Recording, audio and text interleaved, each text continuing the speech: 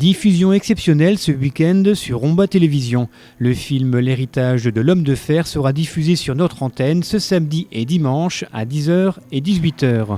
Produit par la société La Bascule et coproduit par plusieurs TV locales, dont Romba Télévision, ce film propose à travers un voyage dans la grande région de découvrir les débats que suscite la conservation des lieux de mémoire de la sidérurgie. Et pour mieux comprendre ce film et son processus de création, nous avons rencontré l'un des deux réalisateurs, Emmanuel Graff. Ucangeois d'origine, il avait en 1991 filmé la fermeture de l'usine d'Ucange. Entre 2005 et 2008, il est revenu sur ces lieux chargés d'histoire. Depuis 1991, je reviens très régulièrement ici pour filmer ces questions de mémoire, ces questions de fermeture, les questions patrimoniales qui, progressivement, dans mon esprit, sont devenues très très importantes, la manière dont les gens ici perçoivent leur propre histoire, quelquefois de manière assez conflictuelle, quelquefois avec une espèce des formes de rejet, d'autres fois avec une immense passion. Il y a aussi des vrais passeurs. Et voilà, je travaille là-dessus. Alors, maintenant, l'héritage de l'homme de fer, proprement dit, c'est la rencontre avec Stéphane Boubel qui a été le producteur sans lequel j'aurais été un peu seul dans l'histoire. Et puis c'est la découverte. En fait, au départ, je voulais faire une suite des travailleurs de l'usine d'Ucange que j'avais rencontrés lors de la fermeture. Et je me suis dit, 10 ou 12 ans après, on va voir ce qu'ils sont devenus. C'est forcément très intéressant. Et c'est vrai qu'il y a des destins tout à fait étonnants, des gens qui sont sortis de l'industrie, etc. Et puis en travaillant, en venant de plus en plus souvent en Lorraine, là on est en 2002-2003, je m'aperçois qu'il y a énormément de ce que j'ai appelé les chantiers de la mémoire, c'est-à-dire des endroits sur lesquels on réfléchit à faire quelque chose. D'un autre côté, il y a plein d'endroits où on ne fait rien, il y a des endroits tout à fait dont les gens ne connaissent même pas l'existence. Enfin, il y a tout un panel d'endroits où il s'est passé des choses au niveau industriel. Et je me suis dit, on va essayer de... Enfin, ces endroits-là, ces friches industrielles, plus ou moins discrètes, plus ou moins... il y en a qui sont extrêmement visibles, d'autres complètement invisibles, disent énormément sur le rapport des gens d'ici avec leur histoire. Est-ce qu'ils l'acceptent, est-ce qu'ils l'acceptent, est-ce qu'ils la refusent, etc. Et puis, tous les stades intermédiaires.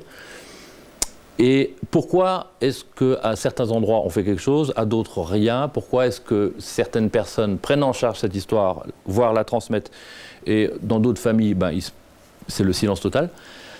Donc on a un peu changé le projet de départ, qui était 12 ans après qu'êtes-vous devenu, et puis on a décidé de s'attaquer aux friches industrielles, donc encore une fois, de ce qu'elles disent sur le rapport des gens avec les décennies qui sont écoulés. Il y a l'esprit au niveau français.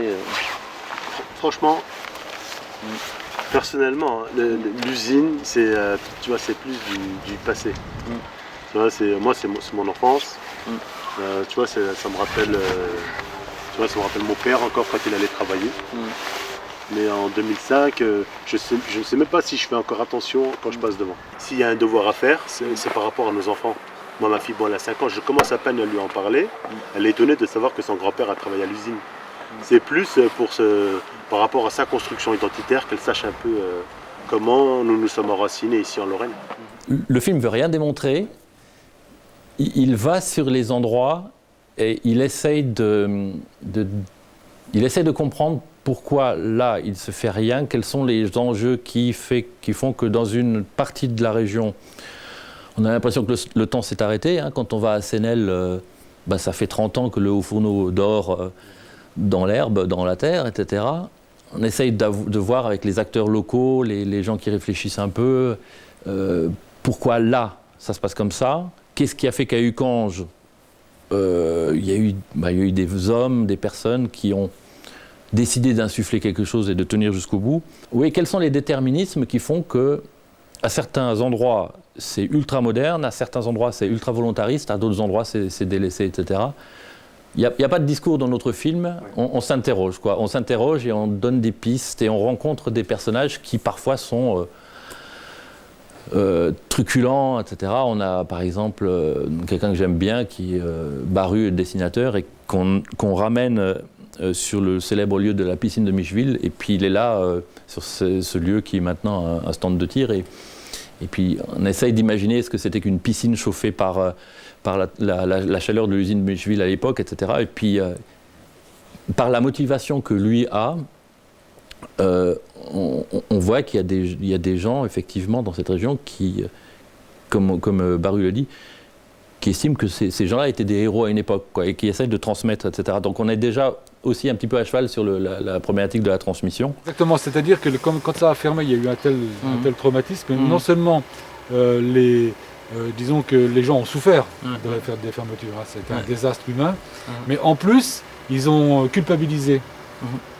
Et ils l'ont culpabilisé, ils l'ont vécu sous le mode honteux. C'est-à-dire qu'ils ont même presque participé volontairement à l'effacement de tout ce qui pouvait être, tout ce qui pouvait les rattacher à cette culture-là. Et puis on a aussi décidé d'aller voir un peu chez les voisins, au Luxembourg et en Allemagne, comment ça se passait. Parce que là-bas, les friches industrielles sont traitées d'une manière assez différente, soit avec, comme au Luxembourg à Esch, un vrai gros projet avec de l'argent décentralisé, l'université luxembourgeoise, etc. La Ruhr, qui est encore autre chose, une espèce de, comme disaient les Allemands, la ruine contrôlée, ludique, enfin, un endroit où on peut se promener le dimanche, faire un peu ce qu'on veut, sans être trop surveillé du tout. Pour ajouter une petite touche un peu, voilà, comparer un peu notre rapport lorrain à ça avec ce que font les voisins, puis on voit qu'il y a des différences assez notables. Là aujourd'hui, je suis un peu hors de moi parce que je prends conscience d'un certain nombre de trucs, mais j'ai pas envie de... Je jette pas la pierre aux autres, mais franchement, je suis vachement frustré parce que je me rends compte de la différence, tu vois, des projets. Et j'étais il y a 3 jours à Belleval. Je suis pas un fou amoureux de Belleval. Moi, qu'on mette une banque à côté d'un haut-fourneau, ça me parle moyennement. Mais je trouve bien que des trucs se fassent. Mais aujourd'hui, je suis devant un endroit que je risque de pas voir dans mon bled à moi. Tu comprends? Mais je touche du bois, peut-être que si, peut-être qu'on le verra, le plancher de coulée du Cange. Moi, j'ai vachement envie, quoi. J'ai fait un film, alors profondément d'ici, mais que j'essaye aussi peut-être de rendre, si je puis me permettre un peu modestement, un peu universel, parce que c'est vrai que ces histoires de régions fortement monoculturelles, elles sont transposables, quoi. Je veux dire, il y a d'autres spécialisations dans d'autres régions, mais qui ont aussi conduit souvent une population à faire beaucoup quelque chose, et puis à se retrouver démunis quand ce quelque chose il s'écroule, etc. Hein. Pour répondre autrement, j'ai passé le film en Suisse, à Lausanne, où je vis. Les gens étaient extrêmement impressionnés déjà de connaître un aspect de la Lorraine qu'ils ne connaissaient pas. Hein. La Lorraine, ce n'est pas du tout vu comme ça à l'étranger. Puis en même temps, il y a des gens de l'horlogerie du nord de ma région, en canton de Vaud, qui sont venus voir et qui ont trouvé plein de points de comparaison, la manière dont on ferme une usine, la manière dont on se souvient de la passion qu'on avait pour ce boulot, la manière aussi dont on se souvient le grand vide qu'il y a eu après le travail, après la fermeture d'usine, etc. Il y a des points de comparaison, ne serait-ce qu'en Suisse, où on ne me serait jamais dit, tiens, ce film parle à des gens dans ce pays qui est si différent pourtant. Hein. Et voilà, donc c'était très intéressant de le passer dans un coin comme ça. Vous trouvez que Ucange, il faudrait raser, quoi? Oui, parce que ça sert à rien. Ça fait de l'argent. Ça sert à rien, c'est strictement rien. On a créé aujourd'hui une communauté d'agglomération, c'est pas pour faire garder des vestiges comme ça, c'est pour faire des choses utiles. Et pensez que par rapport à, je sais pas si à vous la avez mémoire. Oui, à la mémoire. Je sais pas si vous avez des petits enfants. Il y aurait le fait je leur montrerai les bouquins que j'ai achetés où il y a des photos des hauts fourneaux. Alors on a travaillé très peu sur les images d'archives. On a voulu plus faire un film où on va sur les endroits. On y rencontre des gens ou bien on les fait venir. Et puis là, on a des entretiens sur le thème très, très ouvert de qu'est-ce que représente cet endroit pour vous, pourquoi, à votre avis, est-il comme ça, etc. etc. C'est passionnant de se balader sur un endroit avec quelqu'un qui a un rapport passionné avec cet endroit-là, etc. Parce que c'est des lieux très évocateurs, quoi. Quand on est sur des endroits, comme je me souviens de la discussion avec Aurélie Filippetti à Mècheville et à Audun, c'est un endroit qui lui évoquait plein de choses. Elle voyait à un moment donné sa maison d'enfance, elle voyait aussi le lieu où avait travaillé son père, ancien maire d'Audun, mineur, etc. Et puis elle se souvenait encore de plein de luttes, etc. Donc on passait des heures avec ces gens-là. Après, il fallait réduire ça à 5 ou 10 minutes. C'était toujours très très frustrant, mais C'est vraiment passionnant. Bon, Baru à la piscine, évidemment, il n'était pas venu depuis très très longtemps. On l'a amené après à Thiel, dans son quartier d'enfance. Il n'était pas venu depuis quelques années non plus. Enfin, c'était très très très fort. Des gens à Sénel aussi, des gens sur Ucange, etc. Ouais, non, c'est un peu comme ça qu'on a fonctionné. Donc, tout le monde s'y retrouve parce qu'il y a énormément de matière, parce que c'est riche, parce que c'est un sujet extrêmement riche. Et en même temps, c'est le film de personne. Je veux dire, je ne sais pas si c'est assez compliqué à expliquer, mais personne ne peut dire, voilà, ça c'est le film du début à la fin, c'est le mien, etc.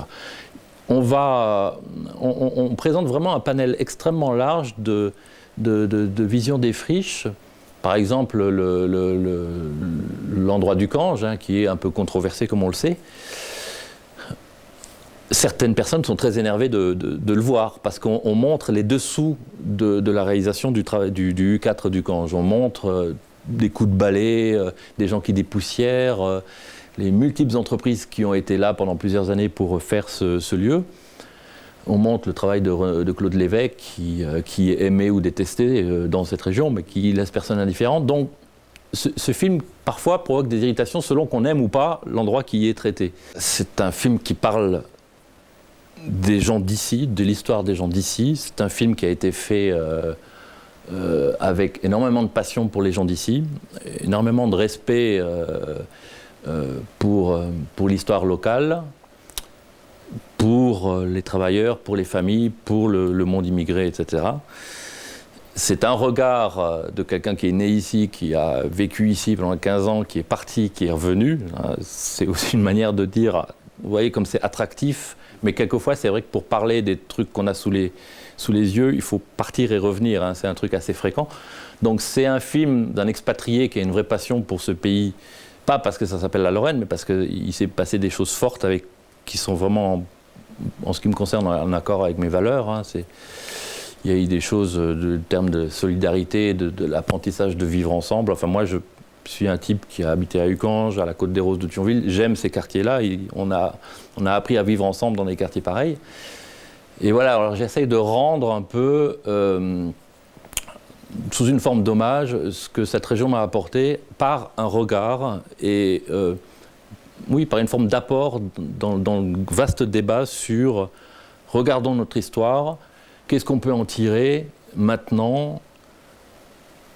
Comment on pourrait faire pour que les choses qui vont très très vite, n'aillent quand même pas si vite qu'on oublie tout, on laisse aucune trace, et les jeunes de maintenant, ils n'ont rien sur quoi se baser pour avoir quelques points de repère sur la vie des grands-parents, parents même quelquefois.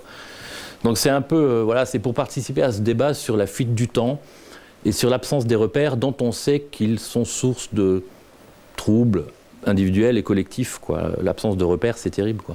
C'est vraiment dans cet esprit-là que je bosse souvent, quoi.